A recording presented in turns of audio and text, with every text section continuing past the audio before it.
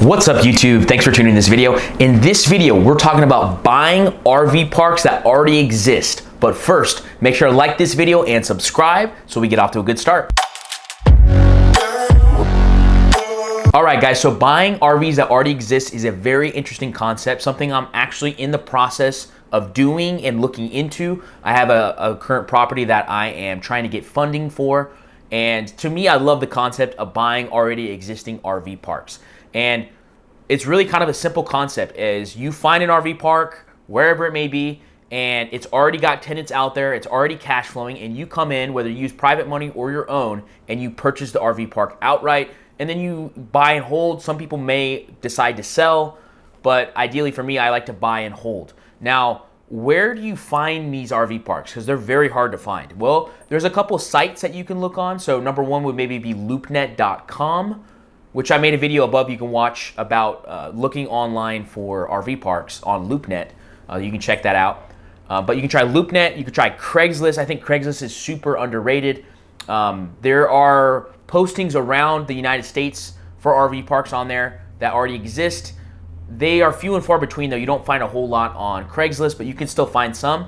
Also, you could try landwatch.com, which not only just has RV parks, but all kinds of different real estate and a good place in which you can look. But those are a couple sites that you could check out. And then also in real life, in person, contact a local realtor in your area so that you can get access to the MLS and look on the MLS for any type of listing that's related to an already existing RV park. That's how we actually found our deal that we're currently working on. Was we were looking for just an empty property, but the realtor had sent us a RV park that was already existing that just recently got put on the market. It was put discreetly on the market. The owner didn't want to publicly announce to all the renters that she's selling, but she's in a tough space, so she's just wanting to do it discreetly.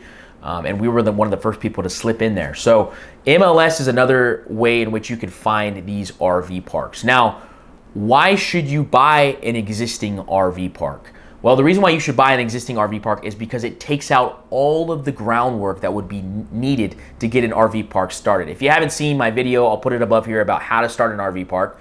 It's a pretty extensive process. You have to put the septic in. You got to get a well in. I mean, it depends on where you're at, you know, whether you're in the county or you're in the city limits. But nonetheless, there's a lot of work involved, a lot of legwork. And to get an RV park up and going could take anywhere from 1 year to 3 years. And if you don't want to wait that long and you just want to get it now, buying an existing RV park might be your way to go. It might be a great opportunity for you. And the reason why I like it is because it's already cash flowing. So you already know it's cash flowing. The property value's probably gone up a ton. You already have tenants and a marketplace, so you don't really need to change anything there. And they're few and far between to find. They're very hard to find. So if you find one, you struck a good deal most likely. But it's something that's already cash flowing. And buying any kind of cash flowing asset always going to be in your favor. And that's why I love them. Now, they do come with a couple cons though. And one of those I'll get into right now is financing. So traditional banks don't typically like financing on stuff like this. Buying an already existing RV park, for some reason, they just don't like RV parks really. And I think it's because RVs, you know, and or mobile homes are considered depreciating assets. Whereas your typical 3-bedroom, 2-bath residential home, it usually goes up in value. But mobile homes and RVs tend to go down in value. And for that reason, it's very difficult to get traditional lending. So my best recommendation for buying an RV park outright that already exists is to go with a hard money lender. And a hard money lender is gonna, usually it's either a group of individuals or it's one individual. And they're more flexible. They know more about the real estate investment world. They know about cash flow. And so they know about concepts like RV parks. They know how much they cash flow and they like the idea. So I think hard money lenders are your way to go. You're going to pay a little more in interest, but I think in the long run, it's going to be worth it. I'm currently speaking with some hard money lenders, but even that, it's a little difficult. They are offering 60% financing on the whole deal, which, you know, we'd have to come up with a lot of money if we're going to be that other 40%. So even hard money lenders are a bit difficult with this, but I think they're more flexible than a traditional bank. So you could try hard money lenders for financing something like this, unless you have your own cash. Also too, you could try seller finance.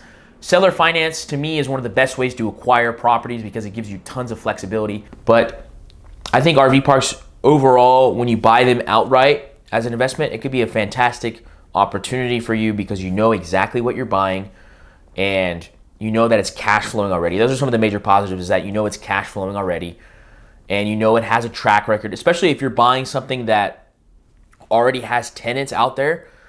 It's a safe bet really because you know what you're getting. Now, if you have a plan to raise the rents, you could put yourself at a little bit more of a risk because it might drive the tenants that are already there to leave the property and you'll have to refill the property with new tenants.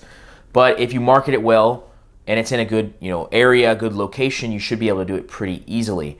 And it could save you a lot of money. But the thing about buying an RV park outright that's already existing, you're gonna pay premium pricing because the people that you're buying it from, they know all the legwork that was done to get it finished. So you're not only just paying for the land and for the cash flow, you're paying for all the work that was put in, for all the septic, for all the well, for all that hard work, and all the years essentially that were put into that property. You're buying it outright.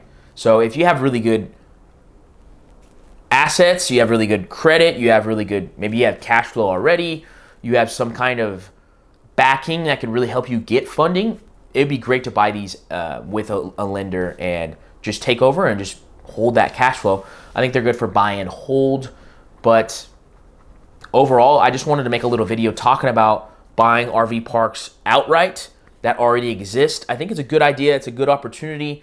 They're hard to find, but it is a strategy that you can use, and I think that it could save you a lot of time in the long run versus starting it up yourself, so maybe consider it.